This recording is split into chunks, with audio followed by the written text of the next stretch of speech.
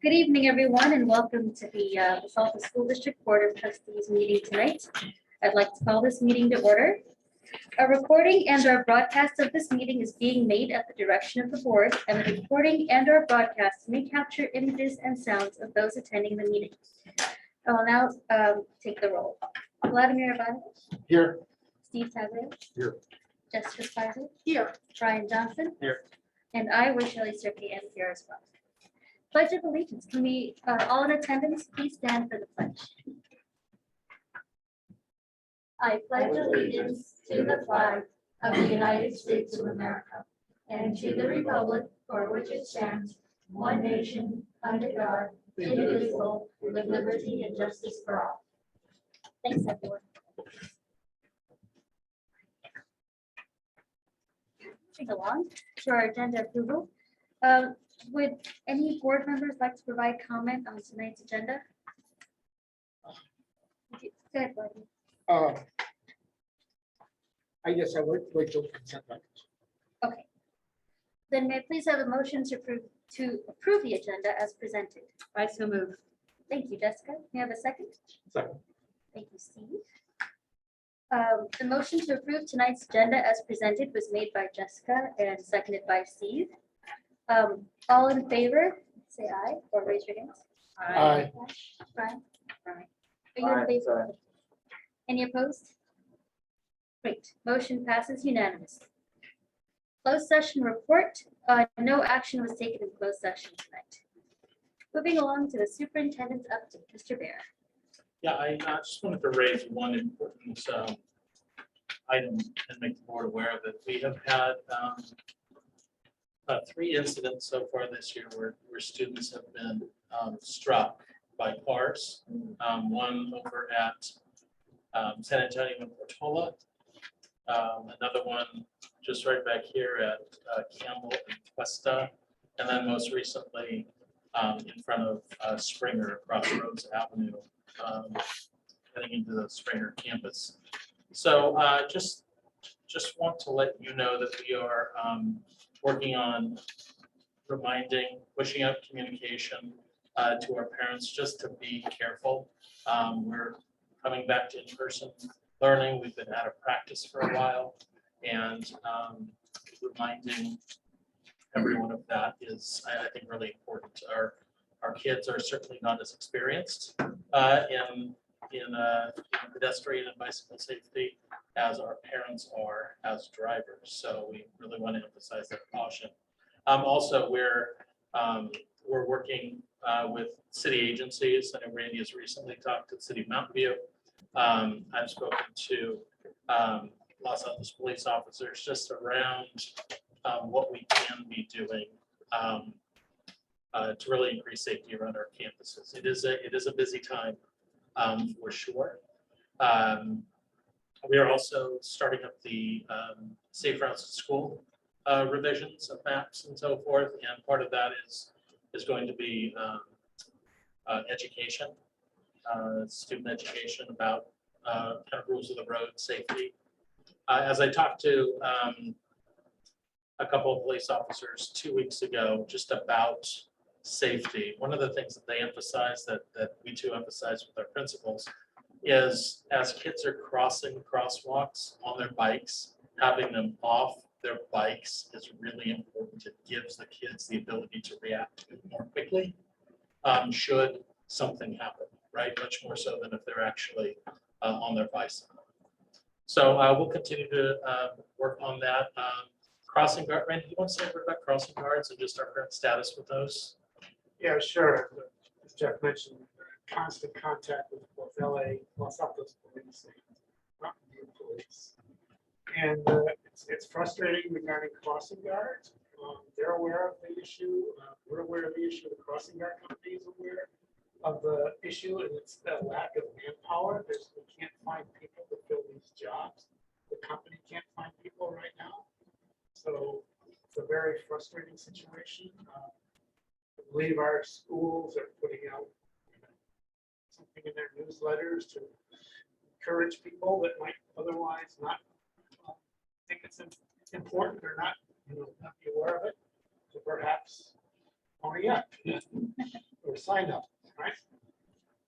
So. So certainly something we're continuing to work on. Yep. And those cross-guard positions are just filling slowly. So we'll continue to keep the board updated.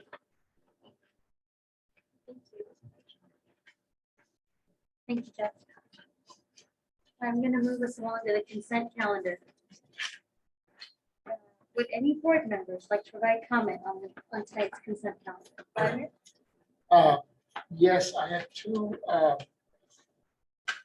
items from the consent calendar that I'd like to pull out. One of them, unfortunately, is an item that I should have talked to us about last time. I didn't catch it. If one's not the current one. How do you want to? So what do you mean the current one? The current batch we have The board policy. So that one we'll take care of in the agenda yes, item. okay, all right. Yeah, so there is one from last time.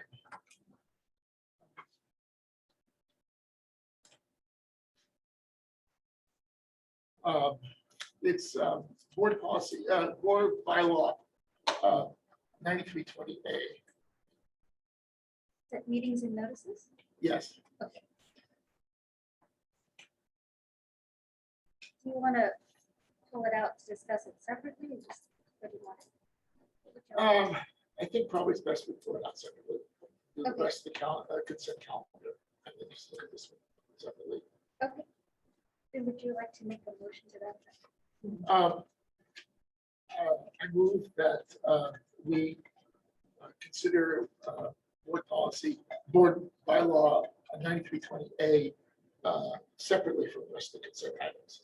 And I also move that we approve the consent items, Okay. except for 9320. Do I have a second? Second. Both of his motions? Both of his motions. So we take a vote on each motion separately? Mhm. Okay. All right. Motion to pull out board bylaw 9328 was made by Vladimir and seconded by Jessica. All in favor? Say aye. Aye. Any opposed? Okay, that motion passes unanimously. And then motion to approve the consent calendar as presented with the exception of number 3J, board bylaw 9320, was made by Vladimir and seconded by Jessica. Sorry. All in favor? Aye. Aye, well done. Thank you. Any opposed? No. All right, both motions pass unanimously. So now that we've pulled out that consent, I can discuss it now. Well, where do we want to put it? Now the board can decide where and when. Perhaps we just work under board things. Should we stick it with the other? Okay, The policy says. okay. Let's do that. Right. Where is it going to be placed?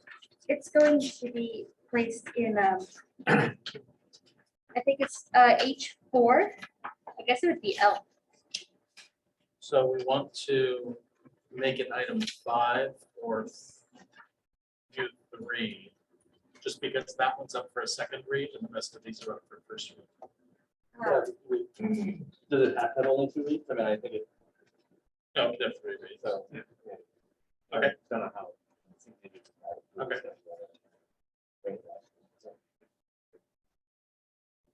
Okay, and then do we need to, So just as a point of technicality, I think it needs to be its own item. I don't think you can add to an existing agenda item. okay, We were 3 or 5. let's make it number 5, so. that- Yep.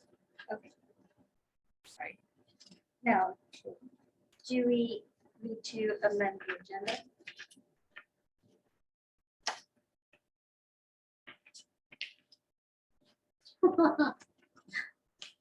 That's what the master's. Well, I think so technically, I think,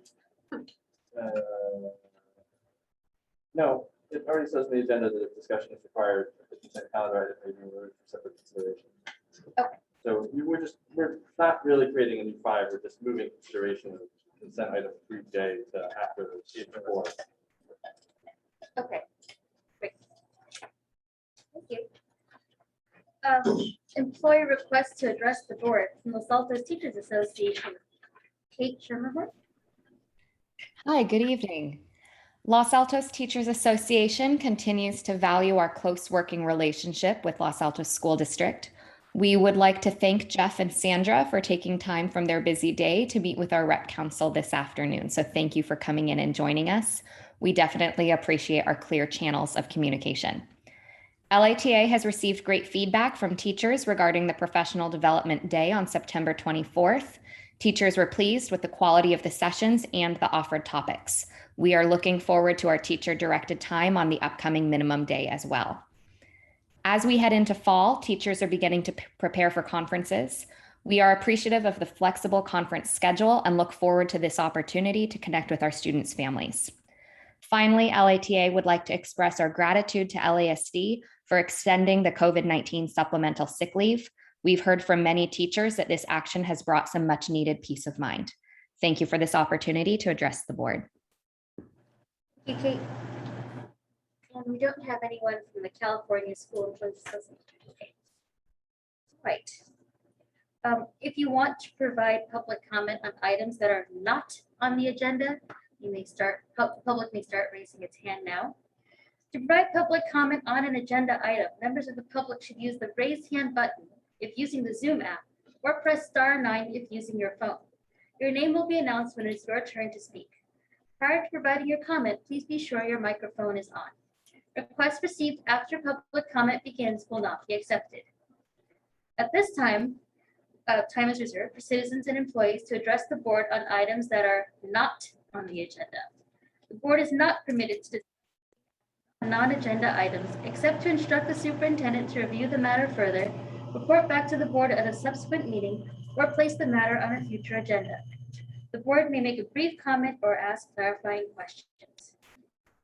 And I see we have one hand raised for public comment for items not on the agenda. I think we only have one, Crystal. Yeah, 3 minutes. Right, Crystal Godoy. Recording in progress. Hi, I'm actually just doing this for an assignment, but since you guys did offer public that I could ask a question, and my question is, I actually work at the school district where I don't see do you guys like know how much longer that masks are going to be mandated, even with the vaccine coming out? And since I work at the school district and I talk to a lot of parents who have a lot of children who are autistic, it's like a big problem when they do not wear their mask for other parents. So I was just wondering, like, what do you guys see with that?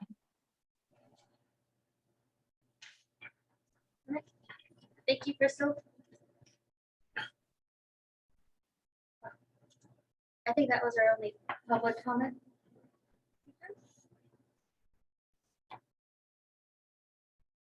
Okay. Lori, I'm sorry you raised your hand too late. Public comment is now closed. Thank you. Action discussion items. Assembly Bill 361 update, remote public meetings. Mr. Bear. Yes, so at our last meeting, the board that took place in late September, the board was discussing format of board meetings moving forward. And that time we were functioning under executive order N 2920. And this, as you recall, allowed board meetings to be conducted virtually. And it suspended certain aspects of the Brown Act with regard to teleconferencing.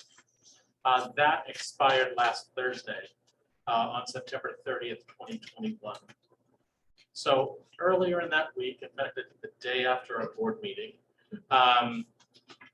Assembly Bill 361 was signed by Governor Newsom. And this Assembly Bill allows board meetings to continue to be conducted virtually, much like the previous order. There were certain aspects, again, of the Brown Act regarding teleconferencing that were exempt under this Assembly Bill. It applies, enacting this applies only under certain conditions. And I think another important piece of it is that it extends all the way until the end of the year 2023, right? So January 1, 2024, this is no longer in effect. And I said I think on the previous slide, I said that it applies under certain conditions, and I want to talk to you just a little bit about what those conditions are. So two tests have to be met. The first one is absolute. This one has to be in place, and that is that the state of California is under a state emergency has been declared, or a local emergency has been declared. We are still under a state of emergency in the state of California. So that is met. The second is one of these two, in addition to the state of emergency being declared, has to be met. And the first one is that state or local officials have recommended distancing measures, or the LASD board determines that an imminent risk exists if people attend in person, and therefore we would have to make findings, and then that second prong would be met. Right now, let's see. With regard to 361, there are a couple of modifications to the previous executive order from the governor. And these are the salient points. The first requirement is that remote public option to attend, right? That people can attend remotely, live. We have that right now. Second, if broadcast problems crop up, with internet goes down, power outage, we have to stop the meeting, right? We cannot continue the meeting. The public needs to be allowed to provide comment on agenda items in real time, right? That would be as opposed to only allowing for written comments to be submitted via email or something like that. So public commenting in real time, we have been doing that, as you know. Also, allowing a reasonable time for public comment. And this reasonable time has to do with each agenda item, right? It doesn't have to do with the 2 minutes or 3 minutes. It has to do with, we need to have enough wait time to allow people to decide to speak, right? So as Shelley has been doing through this, announcing first, you can begin raising your hands. Presentation will typically take place. And then at that point, closing the public comment and determining how much time there is for each member of the public to speak. And then under this, the board, in order to continue acting in accordance with Assembly Bill 361, the board has to reaffirm those conditions every 30 days in order to keep doing this. So this is really about having a check-in point to make sure that those conditions still exist, right? To make sure that, is there still a state of emergency? Is there still a county order that supports distancing? Last time we met, the board had indicated a preference to remain in remote format. We wanted to check in to make sure that is still true. And to let you know, under Assembly Bill 361, we are authorized to hold this initial remote meeting and then continue to meet remotely for 30 days, as long as we acknowledge publicly that we do meet 2 of the conditions, right? And so I will let you know that a state of emergency does exist, right? It was declared in March of 2020, and it is still, it is ongoing. And shortly after our meeting, I think it was on the 21st of September, Dr. Sarah Cody, the health officer with Santa Clara County Public Health Department, made a recommendation that distancing measures for public meetings continue to be held remotely, right? So distancing is still important, and whenever possible, those meetings should be held remotely. So next steps here, the public acknowledgement that will continue to meet remotely through that's not worded correctly, sorry. And that we're conscious of AB 361, right? And we'll adhere to those conditions. And then again, in 30 days, that would be before 30 days or within 30 days, that would be at our November 1st meeting. We will again revisit this and acknowledge that those conditions still exist if the board wants to continue meeting.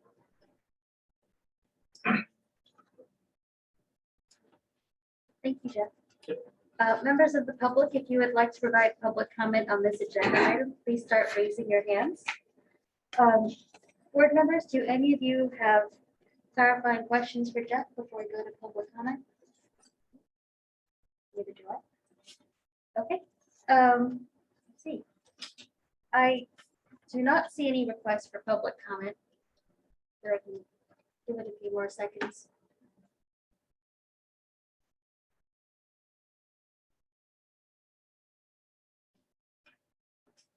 Okay, I don't see any hands for public comment, so public comment is closed. Board members, would any of you like to provide comment on this agenda item? So do we want to continue to meet remotely in compliance with AB 361? But The only question I have is, I think I understand the intent of everything, but we're not meeting remotely right now. We are meeting in person, but the public is meeting remotely. That's the only clarification. okay, and that's still okay. Yeah. Okay. So then it sounds to me that we would like to continue meeting in this format. Jeff. So we'll just, the board is then affirming that there is a state of emergency in the state of California, and there is an order from, a recommendation from Santa Clara County Public Health to continue in distancing measures. Yes, Yes. great, Thank you. thank you. All right, moving along, Temp site master planning update. Mr. Kenny will provide an update on master planning the district's new Temp school site. Members of the public, if you want to provide comment on this agenda item, you can start raising your hands. Okay. Thank you, Shelley. This will be a tag team effort with myself and our district architect, Lisa Gelfand. Lisa, can you hear me? Can you speak so we know you're there? I'm there, yes. Hello. Partway through this presentation. As Shelley said, we're updating you on planning on this Temp site, along in collaboration with Mountain View City staff. We've been working on it for quite a while, so it's kind of way ahead there. Please running this backwards. There we go. For the next slide, please. So I think you have it on the auto thing.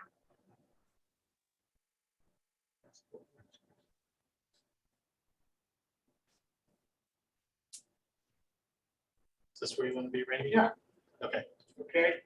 So want to sort of take us back to where we last talked about the Temp site, which was way back in January 2020.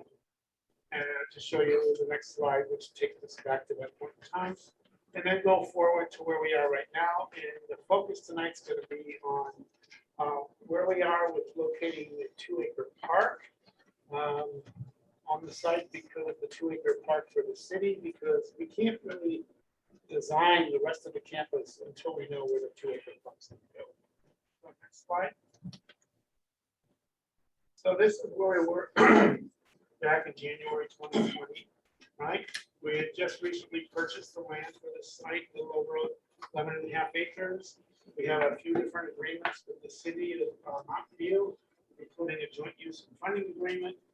And we have been meeting with the Mountain View City staff to master plan the site in order to determine the best location for not only the 2-acre park, but the outdoor space that's referenced in our joint use and funding agreement. So let's go to the next slide. And just a quick review, a couple of the agreements we have with the city. One is a transfer of property agreement, wherein we would transfer 2 acres off the site to the city in exchange for $20 million. And our funding and joint use agreement estimates that we need about 4 acres on the site for primarily outdoor facilities, athletic fields, and some other recreational spaces. And the city would contribute $23 million, or they actually have to contribute $23 million toward the site purchase in exchange for being a partner in the use of the site. So let's go to the next. So we've been meeting.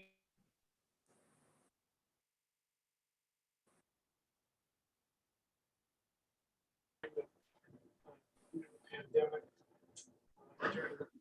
in the pandemic, we've been meeting remotely ever since. It has been Lisa, our architect, and Peter Ingram, one of our consultants, and off and on our SQL consultant, along with myself. And the city representatives have, city people have been representing the various departments of planning, parks and recreation, and public works, which includes traffic. So all the key people we think to collaborate together on these issues as we try to plan the site. So next slide.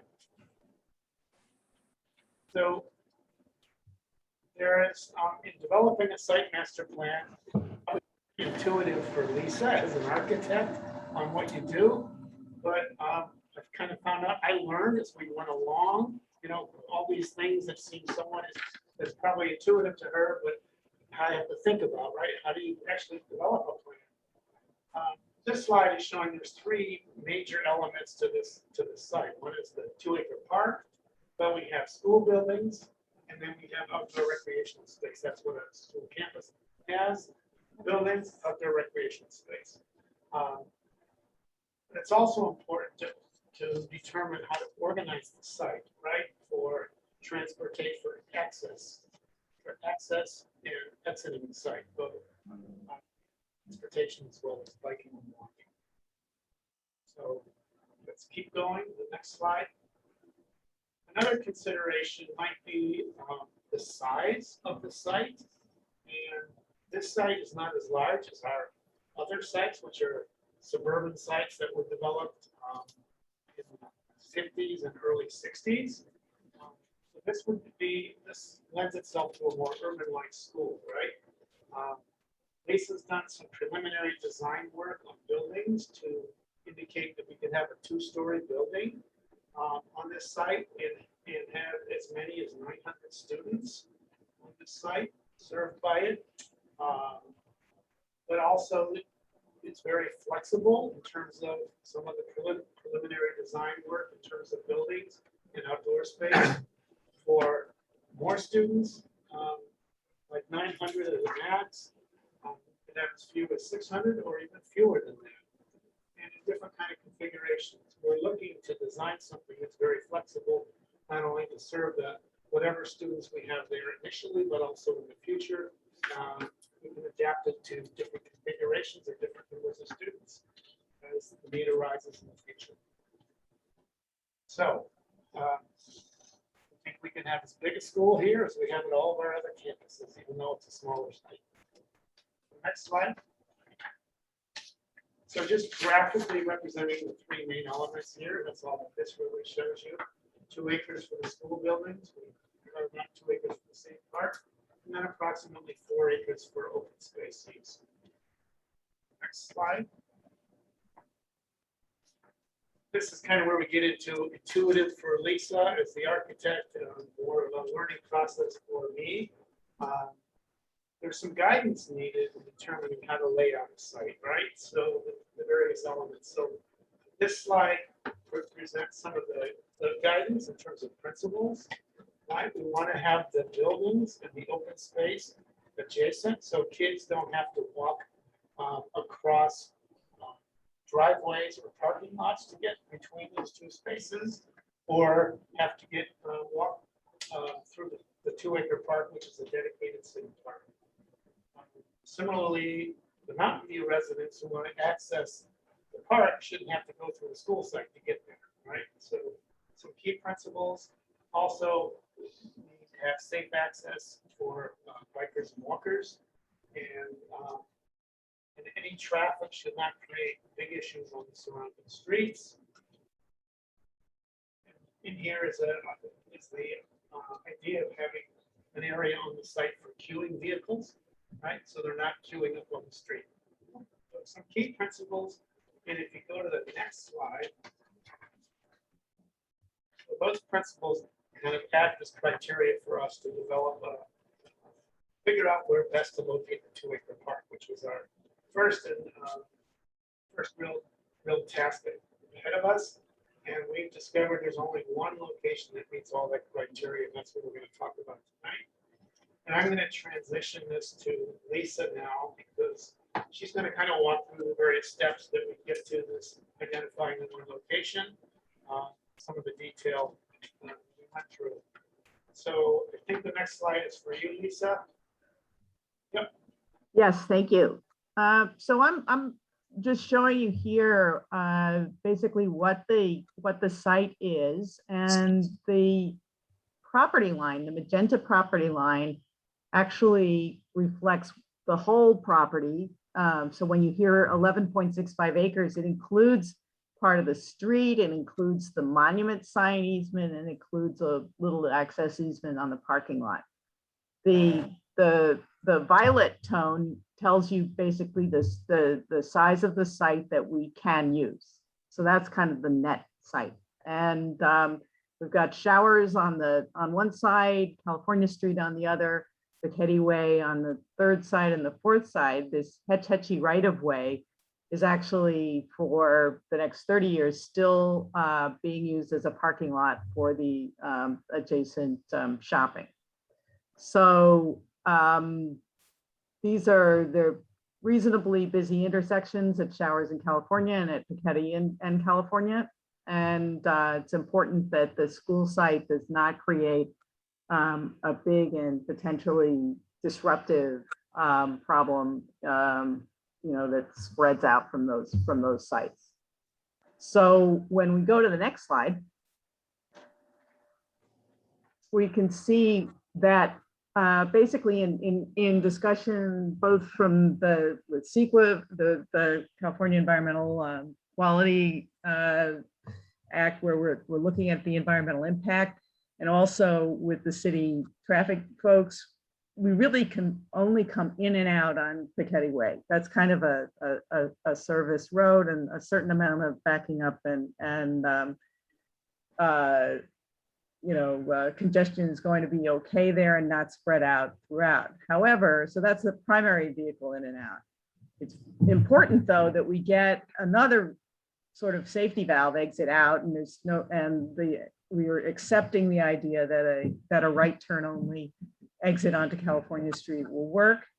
We also are going to need emergency vehicles to be able to access the whole site, and that's a different story. They'll be able to come in off the Hetch Hetchy right of way, but the public will not. So if we go on to the next slide. Before we go on, do you want to mention that the issue about not having a traffic light on California where we were going to vehicle access? Yes, we did actually suggest, or ask the city to consider a signalized intersection at that vehicle exit only. And at this point, the thought was that the backup from that to the other intersection and to Showers, they're both going to be very disruptive. So we tried it, we flew it, and it got shot down. So, yeah, next slide is basically saying that if we do come in at Piketty and we do want to have that that potential safety valve exit out to California, then we actually get a nice long loop. And where it says vehicle exit only is also, potential place for parking. So we've got our primary vehicle in and out, and a potential area for parking. And we can't get any closer to the intersection than we're showing up at the top. We want to have a room for queuing. So this pretty well starts to define a part of the site that is cut off from the rest of the site. And when we look at the next slide, we're saying that that's actually really handy, because it gives us a 2-acre area that that Mountain View residents will be able to access at any time, whether school is in session or not, and that the rest of the site is continuous and adjacent and has no disruption from either the park or from traffic. So this configuration meets all our needs for being the least disruptive to the city circulation as a whole, for providing access and visibility to the city park, and for giving the school site a very flexible and continuous area for both school buildings, blacktop, and fields. So that's our site. That's what we landed on as the 2-acre park location. And I'm just going to take the next 2 slides, so we can go to the next one. So I want to point out that this is in draft form, and this is sort of a attempt at a graphical representation of the process that we're going through, where we have both the city shown on the bottom and the district on the top, with kind of intertwining, making decisions and feeding into design of a campus or a park. And I want to point out that we're at the very beginning stages here on the far left of starting to bring to you folks, what we've come up with as 2 different staffs collaborating on a master plan. And the other thing I want to point out, there's a lot of steps involved in getting to the point where we have an approved design and can start construction. So you see over on the far right that we're looking at maybe 2025 or 2026 as to when construction might start, based on all the various processes and steps we have to go through. So that's just there. It's just a work in progress on how we're trying to make an easy to understand process diagram for both publications. Going to the final slide. I want to note that the city staff will be presenting the same information to their council at a meeting later this month. And with that said, I turn it back to you. Do you have any questions? We're seeking feedback or direction from you about what we presented. So I will turn it back to you, Shelley, for board input discussion. Thank you, Randy. And just a reminder to the public to raise your hands if you'd like to make public comment. Board members, do any of you have any clarifying questions? Randy? Yeah, I've got one question. Randy, on the timeline? Yes. I'm wondering if, so you have a park transfer here prior to the preliminary site designs. In other words, if us and the city council, it seems like what this is envisioning is the city council and we would both sort of approve what's been presented tonight in terms of where that 2-acre park would go. And then that would be codified. And then we would do the site designs. That's I think the logical order is outlined in the agreement with the city, correct? Well, I'm wondering whether it needs to be done that early, or, I mean, certainly the city and we need to come to an agreement in principle, right, of where the park is going to go. Correct. But I wonder if it would make more sense to have the actual transfer happen after the preliminary designs, just in case there are tweaks that come out of those designs that might move the line slightly one way or the other, or change the shape. Yeah, that's certainly possible. I mean, this isn't set in stone. This again is an attempt to sort of give an overview of how it's not a simple, quick process. A lot of moving parts and two different agencies with their individual processes that are required to go through, right? So they have different set of processes, different kinds of public input out and outreach than we do. So, yeah, that could move. There's nothing sacrosanct about that being right there. Randy, this is Clarissa. May I jump in here? But we do Just for clarification's sake. So yes, I agree with Randy's response. And in fact, just as a practical matter, that's necessarily going to happen. I mean, as you all know, there are tenants who occupy the site. There are reciprocal parking easement agreements that burden the entire property currently. There, we're not at a stage where we're ready to break ground on development of a school site today. So until we're sort of closer to that, moving really in earnest toward that direction, we wouldn't really be in a position to convey to the city a park-ready site, which is the 2-acre piece that we're talking about here tonight. So I just wanted to, from a timing perspective, that piece is definitely going to come a little bit later.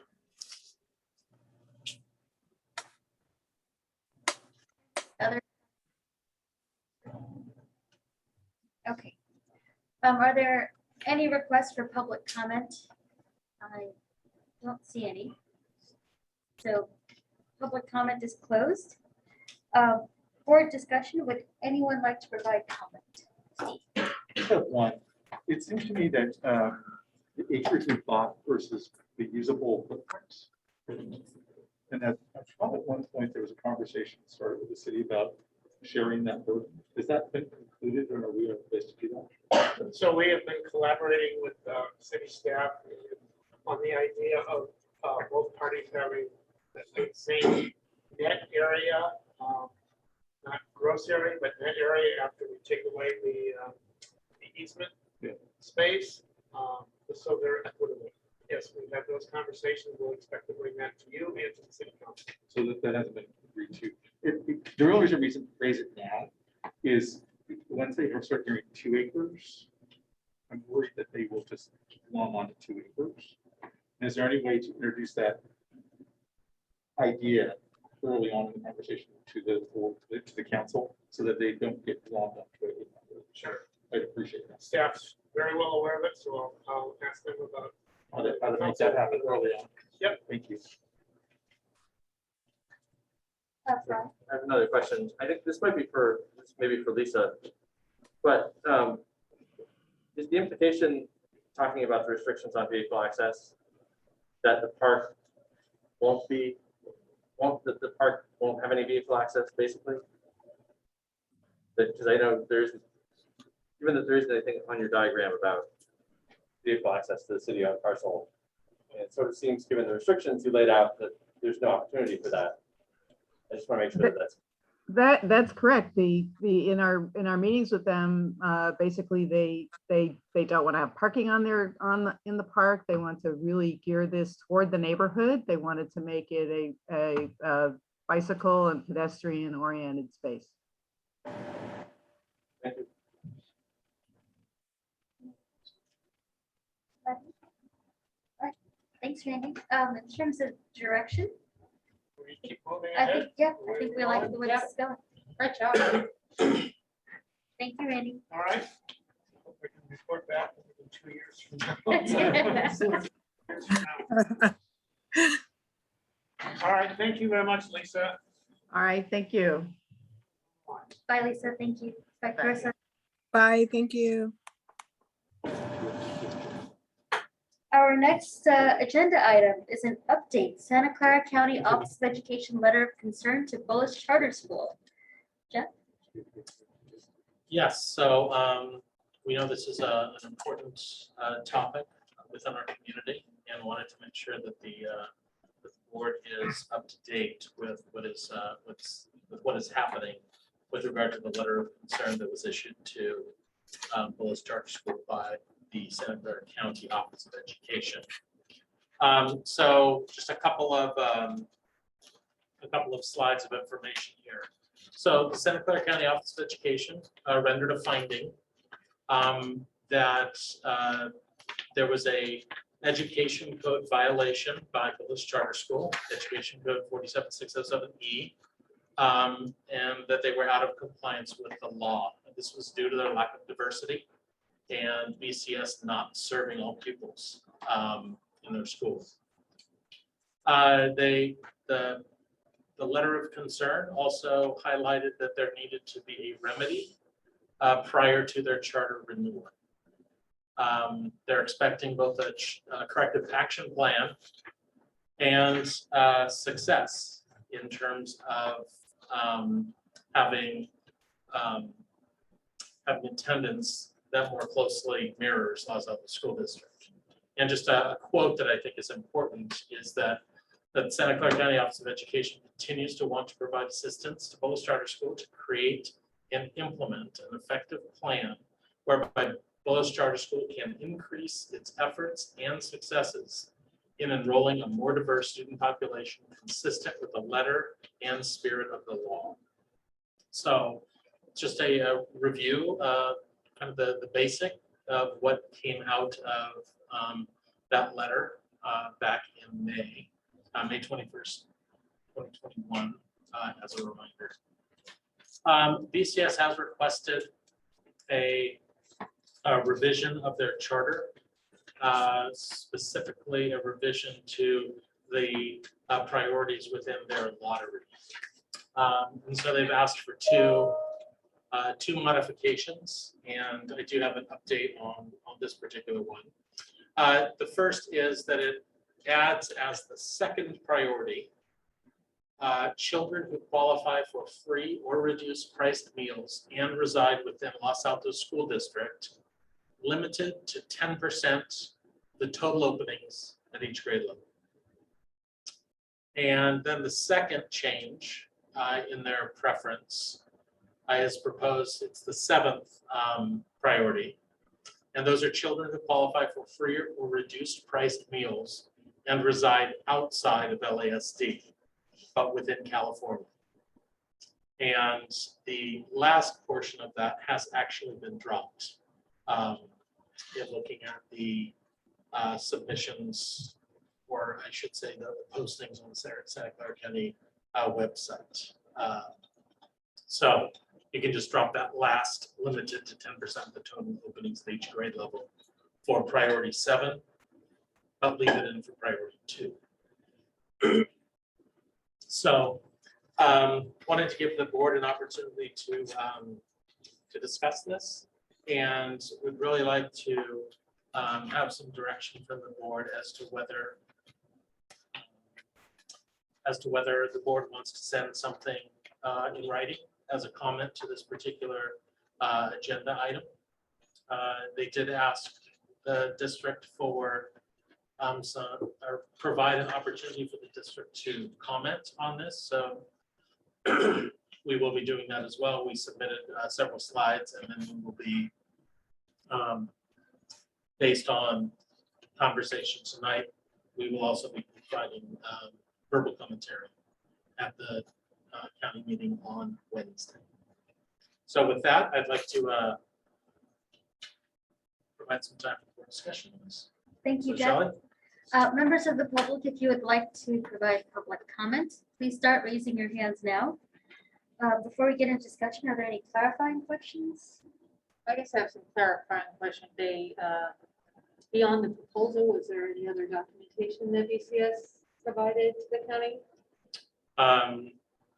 Yes, there was I can't remember what it is termed, Jessica. I should add that we included on our agenda item initially, the letter of concern that was issued on May 21. And as the documents for the county's agenda item became available, we also included those on our agenda, just to make sure that the public is aware of this. So for anyone who only looked at our agenda on Friday, it was updated. Marcy, that was this morning? This morning. Just to maybe follow up on that, then, I know that a letter went out today to our parent community. Yep. But if they would like to listen in or provide public comment on Wednesday night, there are instructions on how to do that. So if you haven't checked your emails yet, please check your emails. Any other clarifying questions before I go to public comment? Okay, members of the public, would anyone like to make public comment?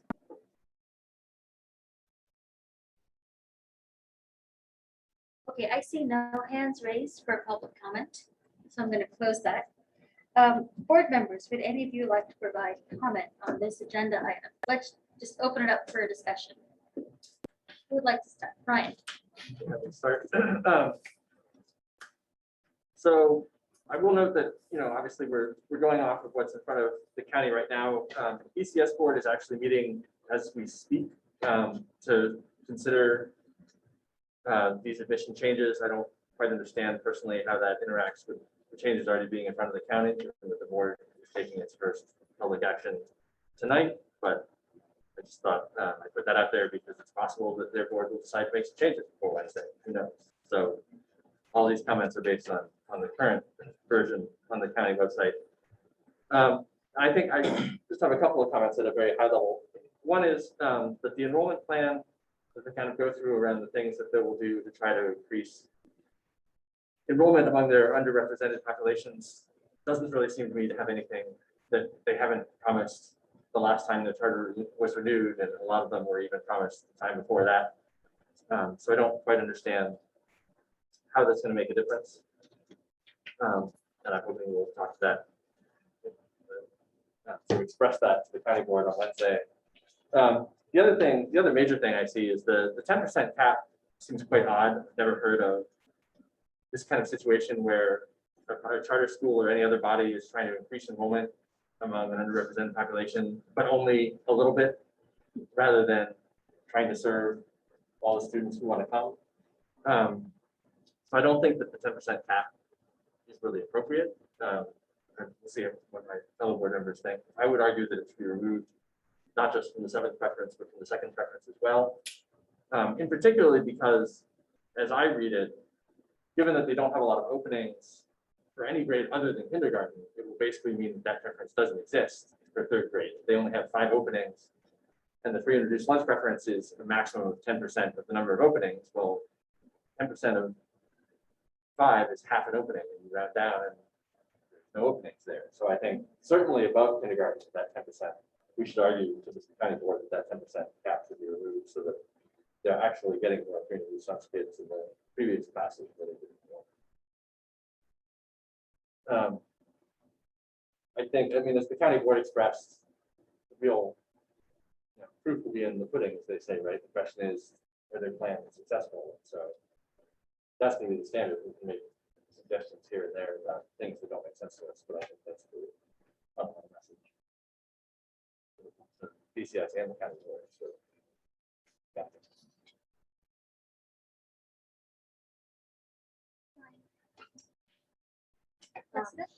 I agree with what Brian's been saying. We should definitely send a letter. We should really focus on the fact, really going back to what Brian said, they've had plans before. Every time they renew, they've had plans that look similar to this, with no results. We really need to focus on results. And in fact, in the notice letter from the county, it says we need a corrective action plan with results. And I would like to see that as an emphasis in our letter, because we've been here before. It's time that in fact something happens and that the county exercise their oversight and continue espousing what they have in the notice to them in the first place. Let's see what else I had for notes. I think that's it for now. Yeah, so I definitely agree with both what Jessica and Brian said. The one thing that gives me a little bit of heartburn is the wish to attend piece versus the spirit of the law piece. And that one makes me nervous. And what are they going to judge it by? Is it by, if we can say the demographics of children who meet that criteria are very different than the ones that are showing up at the charter school? Is the charter school going to be asked to do something above and beyond? And I understand the preference within there, but that really doesn't, if no one shows up, given the history and the track record the charter school has with that population, if nobody shows up and applies, are they then off the road? And that's me makes me nervous. I'd like to see that loophole addressed if they could. Would make me feel better about that. And then I know I had another comment, which I don't have to know more. We move on to the next agenda. Vladimir? I agree with Steve, who agrees with Jessica. Brian. I just wanted to add some things. The notice of concern says in several places that if BCS does not remedy this disparate enrollment between the demographics of the Altos and their enrollment, then they might be denied renewal. And that's what the law says. But I have a hard time understanding how BCS will achieve that in this 2 years between now and the time for their renewal. If they put into place the program that they said they want to put in place, and they're wildly successful with it, because one of the things is they've limited their free reduced lunch enrollment to 10% per grade level.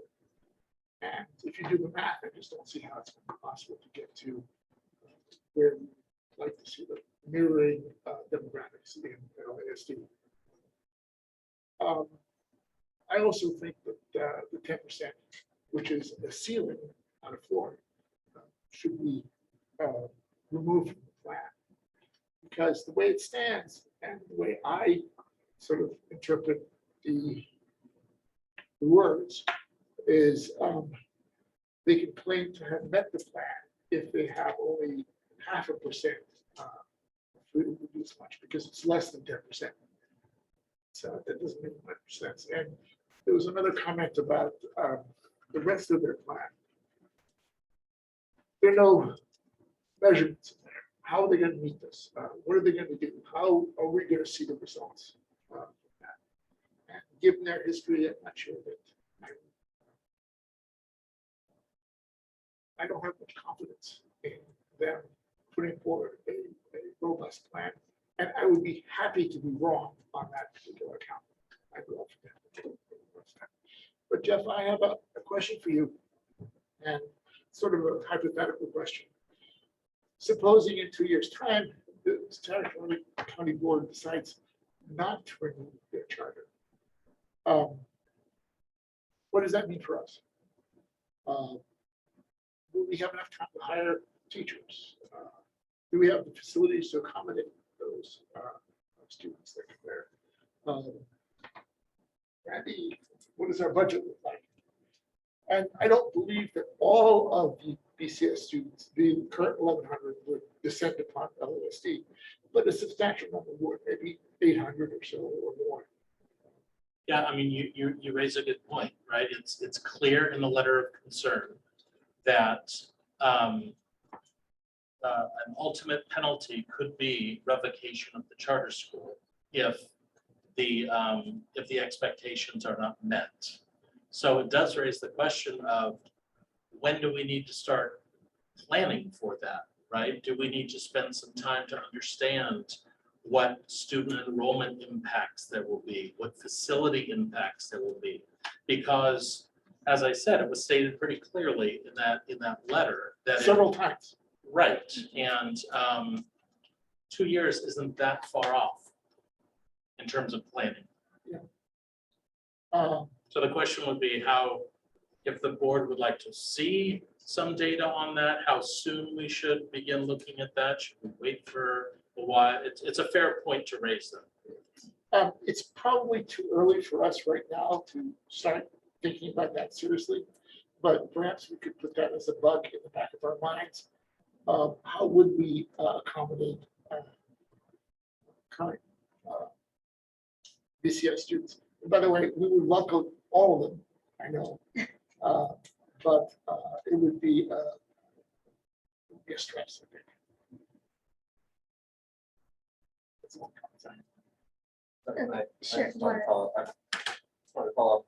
I actually would argue that we should go a little further than what Larry was saying, given the concerns about the charter renewal being denied, because in the normal course of events, I think, in terms of timing, I mean, the county gets the renewal sort of the within 6 months.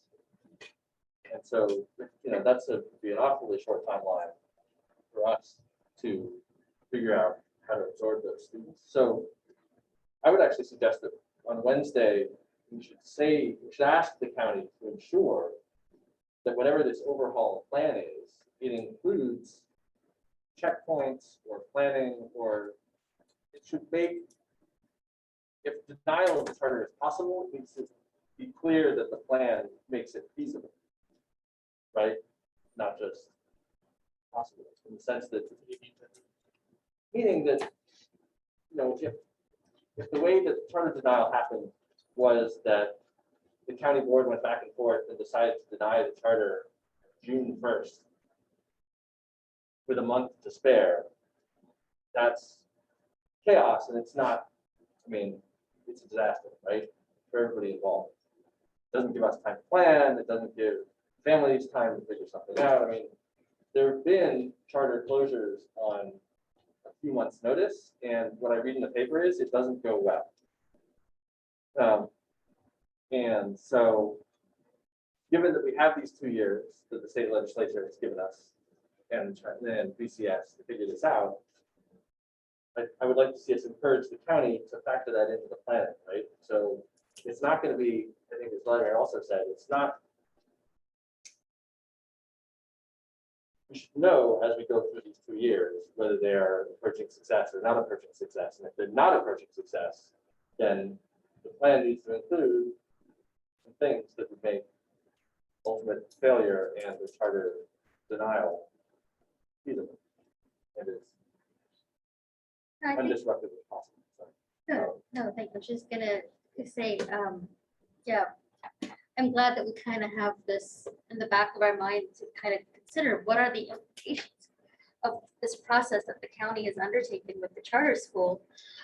As I read their notice of concern, it's pretty serious, and I really appreciate the rest of you mentioning the history, because we have been here before. And I think that we've gotten to the point where we are beyond good intentions and nice words. And I would like to see a real true definition of what does success mean. And in my head, success means it can only be enrollment outcomes. It can't be, I don't know, we've held this many open houses or we've sent out this many postcards. That is not a metric of success. Not when you've gotten to the point that we've gotten to at this point. I think given the history, I do feel it's a little bit different this time because the county has issued a notice of concern that specifically lays out that if BCS is not in compliance with the law, their charter can be revoked. And so we should definitely obviously be keeping close tabs on this.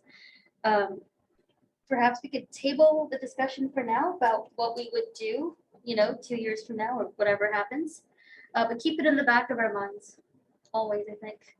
I think one of the things you could ask for and should ask for is be included in the process. Because we're the ones who will have to absorb one way or the other It'd be great if they could, as they've done thus far, keep this included in the communications process so that we can be taking corrective actions, loading questions of concern.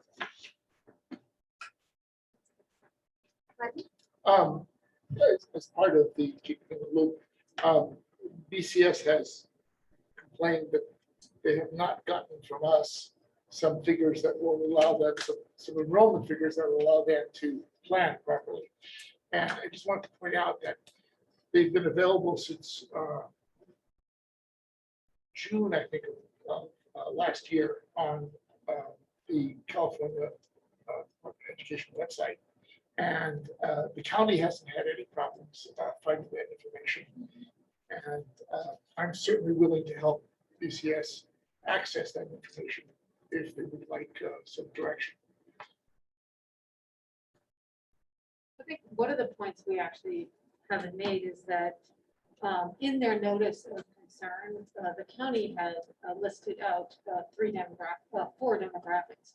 Only one of the four demographics is included in this preference, which is the free and reduced lunch or socioeconomically disadvantaged students. But this leaves out Hispanics, special education, and what was the Almost foster. homeless English learners. English learners, yes, thank you. So where's the plan? Where's the preference? You know, it's only a plan right now, singularly focusing on one of the demographics, where the county has said you're out of sync, you are not following the rules as it relates to these. We need to see results. So we need to see results on all four. That's a good point, Jessica, because all four categories were called out specifically in that letter.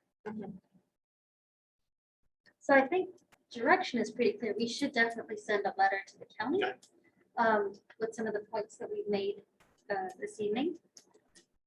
Can I ask that Yeah. maybe you as president and then Jessica as our communications lead, we can Yeah, for sure. pull together.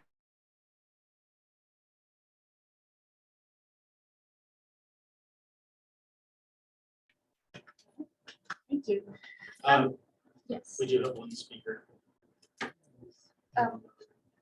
Sure. Did I close public comment? Oh, you did.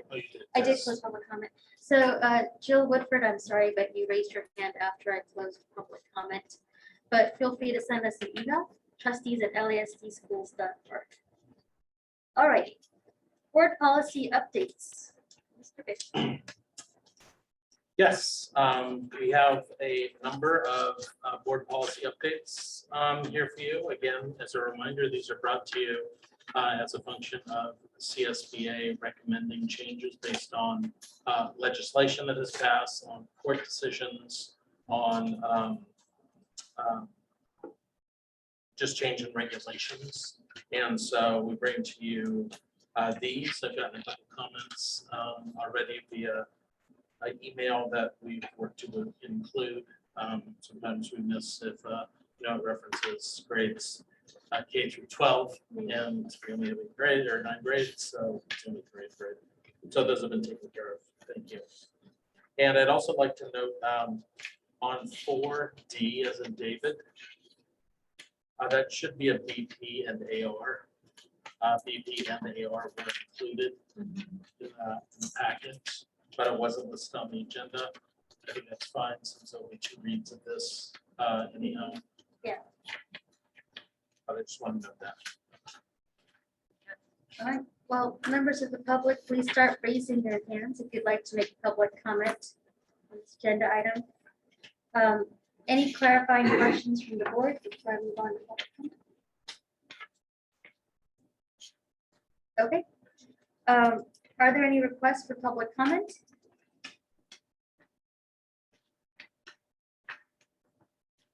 Okay, seeing none, I'm going to close public comment. Board members, do any of you have any comments on any of these? I won't read through them one by one, but if you have something, just.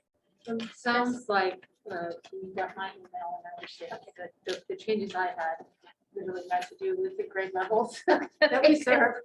Because I'm Thank you. nitpicky like that. So Excellent. we're No, good it's there. good. Any other comments that I need? I only have one sort of quasi substantive comment, and that's on board policy, super regulation 411.9.11. On page 4, there's mention of the same or opposite sex, Yeah. and I think that should be deleted. I saw that. That's a good one. Sorry, where are you? So Page it's- 4. Yes, page 4, paragraph 2. There's a sentence that includes the phrase of the same or opposite sex.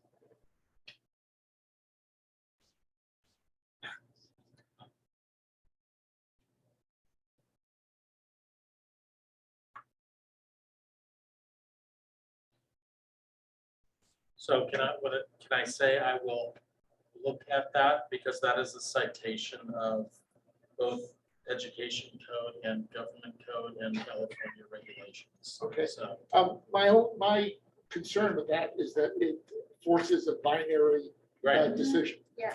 That's all. Yep. And then I have two other minor comments that I'll pass on to you. okay. Any other comments? I don't have any other comments, other than I'm really happy to see more gender neutral language included. Okay, we're gonna go on to our next agenda item, which is board bylaw 9320. I'm gonna turn this one over to you, Lester. Okay, Jeff, I had some comments about 9012, which was board member electronic communications. And there's a section of this particular one, 9320A, which also talks about board communication. And the problem is that if you have the same topic in two different places, they have to match. Right. And they don't quite match. There's some wording in one of them that's not. Each Okay. one has wording that the other one doesn't have.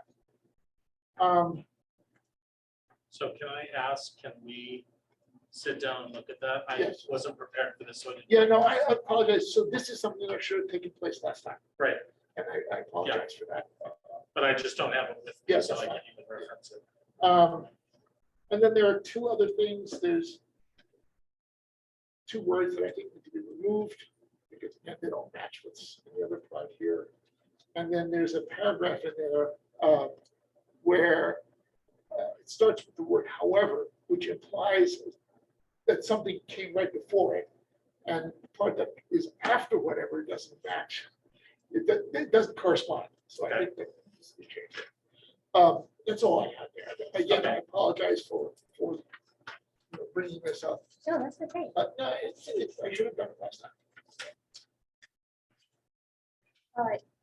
Any other comments on this one? Okay. And I promise I won't make this at least for another 6 months. I've had my day with the truancy one, so. All right, board and administration comments.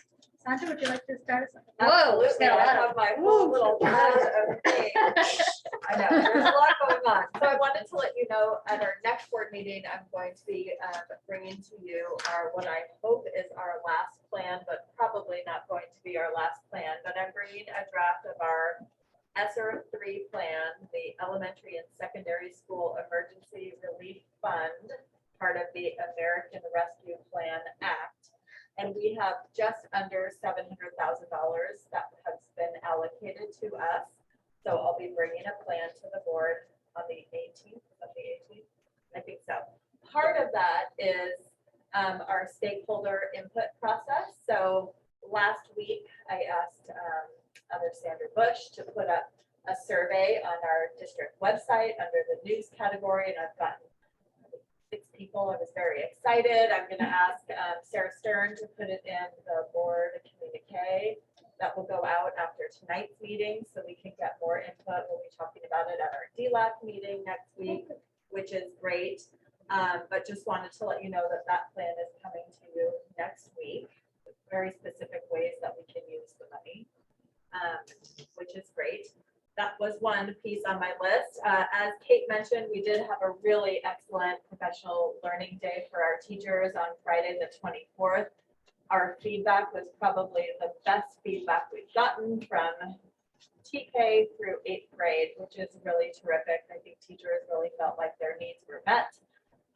Lots of support, lots of good learning, which is great. And then we have a minimum day coming up next week on the 14th. It is a teacher directed day. Our IST team will be offering some kind of take two, version 2 of what was available on the PD day, because teachers had to make choices. So if they want to attend a different session, or if they want some time to work with a coach, that will be available to them, but they can really do what they need to do for themselves, which is great. And then the last thing I wanted to let you know about is our science pilot. We are piloting a new science curriculum. We have adopted NGSS as our set of standards around science, but have yet to adopt aligned curriculum. So we have teachers from across the district, across grade levels, TK through 8th grade, who will be piloting 2 different curricula. And our first training is this week for our 2 groups of teachers, our K-5 teachers and our 6-8 teachers, with the goal of really finding that perfect LASD science curriculum that is aligned TK through 8th grade. So we're really excited about that. And of course, that will come back to you in the spring after it goes through curriculum council and the full process. But we're really excited about that. Karen Wilson and Beth Leach out of my office are running point on that. So it's been a long time of saving our pennies, because it is probably the most expensive pilot we do because of all the materials that are required for really hands-on great science. So we're super excited about that. That's all for me. That's awesome. Randy? So super excited. So I'm not really ready. We were talking about the test site earlier. I have another collaboration meeting with Mountain View staff later this week. Yeah, that's exciting. I too am excited. Just a couple of updates. I think you all remember Supervisor Joseph Midian initiated a project, staff housing project over across the street from the Palo Alto courthouse. And so that is moving along. They're getting closer to actually realizing beginning of that and then completion of that. So they would like to come and give a presentation at some point in the next month or 2, just updating where they are with that. It looks fantastic. I'm very excited to be able to be a part of that. And so I want to let you know that is coming. And then you probably heard at the end of last week on what seemed to have become regular Friday exciting bombshells that drop. The governor announced plans for mandatory vaccination for students and for staff. There's a bit of a complicated timeline with it, so there are definitely details that we have to understand much better. But he essentially has set 2 gates, one being January 1st of 2022 as a possible requirement date, and what I think is the likely one of July 1, 2022. I'll bring you more detail on that in the coming board meeting, probably the next board meeting actually. But I just wanted to put that on the radar. That is absolutely coming. So it's good news. Brian, would you like to take us off? Yes. I just have a couple. Charlie and I did the Los Altos Art and Wine Festival, did Oh, the water so booth. fun. We had maybe 5 customers. We were in a slow area, off the beaten path. They put baby in the corner. Babies. You're supposed to do vodka, not water. You look True story. But one of our parents did stop by, Yes. so that was nice. Yes, that was very nice. Didn't buy any water. No. Just kidding, just kidding. And had the superintendent's ambassador committee meeting. I did the LAEF phone-a-thon, which you did in remote pods. I actually just did remotely at my house. And I loved the experience. I really loved having the lack of paper. I had a spreadsheet in front of me and I was texting and phoning. And it was all very pleasant. And then I attended the ribbon cutting for the Los Altos Community Center in the very hot sun. Great ceremony, beautiful building. Saw Shelley, Steve, and even saw Vladimir off in the Do the haze of the- Yes, seriously. That's all I got. Thanks, Jessica. Steve? Vladimir? Yeah, I had a couple things. You mentioned bombshell. There was a bomb scare at Los Altos High School. Not by my daughter, by my Jesus. but it turned out it was empty. The other thing is, I went also to the ribbon cutting ceremony. It was disappointing because nobody recognized me and I didn't get a chance to speak or anything like that. But otherwise, it was good. The building looks really nice. And I'm glad that we have it there. And I hear the swimming pools on the way. The last thing, you're the one who made me forget. You can thank me there. Oh, I know what it was. Earlier at this meeting, during public comment on non-agendized item, a woman asked a question. And I think that, to be fair, we need to answer that in her question. And which had to do with Masks. masks. And when do we expect to see the mask mandate drop? So perhaps a small agenda item at our next meeting would be. I was thinking, What's that? I was thinking I could actually speak to her. Oh, okay, all right, She's sure. an employee, That's fine. so. Yeah. Okay. That was gonna be my suggestion. Yeah. To speak directly. That's it, I guess. Yeah. No more about. I got nothing. I just wanted to thank previous and current iterations of Los Altos City Council for the beautiful community center building and for making it happen. And I'm very excited for our kids and our families in Los Altos to take part in that. In the spirit of future agenda items, now that we're kind of somewhat through the school year, I would love to hear an update on how our kids are doing, like mental health wise. Especially because we bought that extra chapter program. So anyway, if you could, doesn't have to be like next meeting or anything like that, but just at some point.